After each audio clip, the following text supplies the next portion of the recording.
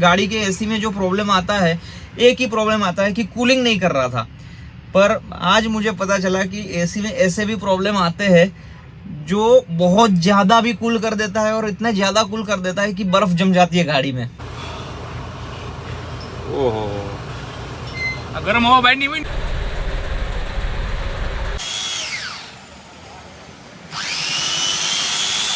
अपनी थार में एक ऐसा प्रॉब्लम आया था, कुछ देर चलाने के बाद एसी के ब्लोअर में से हवा नहीं आ रही थी। चिल्ड हो रहा था, एकदम मस्त हिमाचल जैसा चिल हो रहा था, पर थोड़ी देर बाद वो हवा नहीं आ रही थी।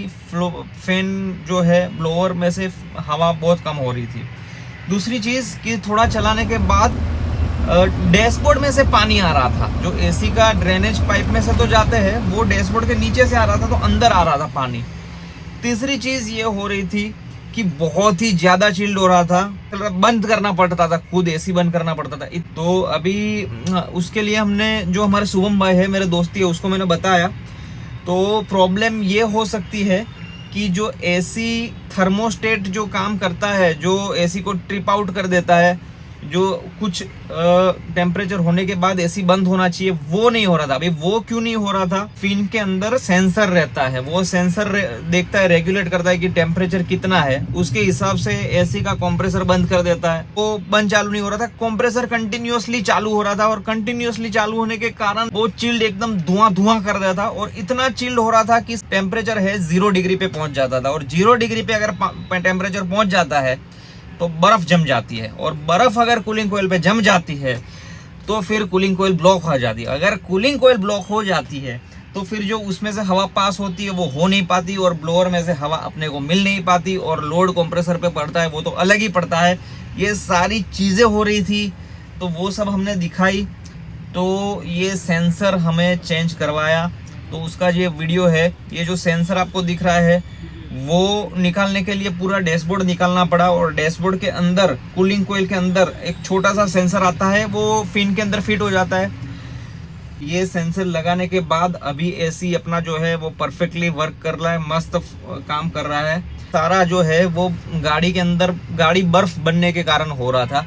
तो ये सारा प्रॉब्लम आपको मैं शेयर करना चाहता था कि अगर आपकी गाड़ी में भी कभी हो तो आपको पता होना चाहिए कि ऐसी भी चीज़ होती है। मुझे तो पता नहीं था कि ऐसा होता है। सोचा होगा कि भाई एसी में, गाड़ी के एसी में जो प्रॉब्लम आता है, एक ही प्रॉब्लम आता है कि कूलिंग नहीं कर रहा था।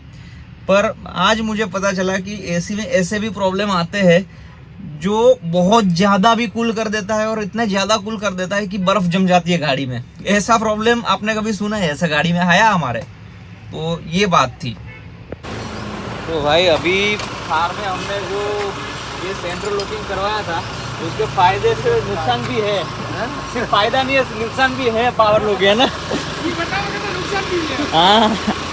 तो ये है, अपने आप बंद हो जाता है। गाड़ी की चाबी अंदर रह गई थी, तो अभी सोम भाई ने यहाँ से खोला, ये अपने आप लॉक हो जाते हैं। तो आफ्टर मार्केट जो सेंट्रल लॉकिंग सिस्टम है, उसमें ये प्रॉब्लम आते हैं। अभी थार में एक प्रॉब्लम आ रही थी।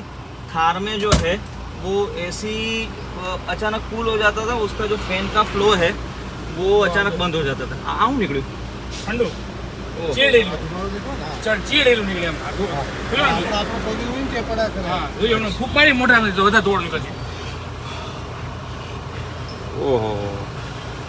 गरम हवा बाहर नहीं हुई, ठंडी करी बाहर मोकले। अच्छा, इसलिए। तो ये अभी थर्मोमीटर लगाया हुआ है, इसमें कितना दिखा रहा है? 1.9, 1.2 વધવા લાગ્યું, હવે 2.3 થવા લાગ્યું કોઈલું, એટલે બારની ગરમ હવા ગઈ ને।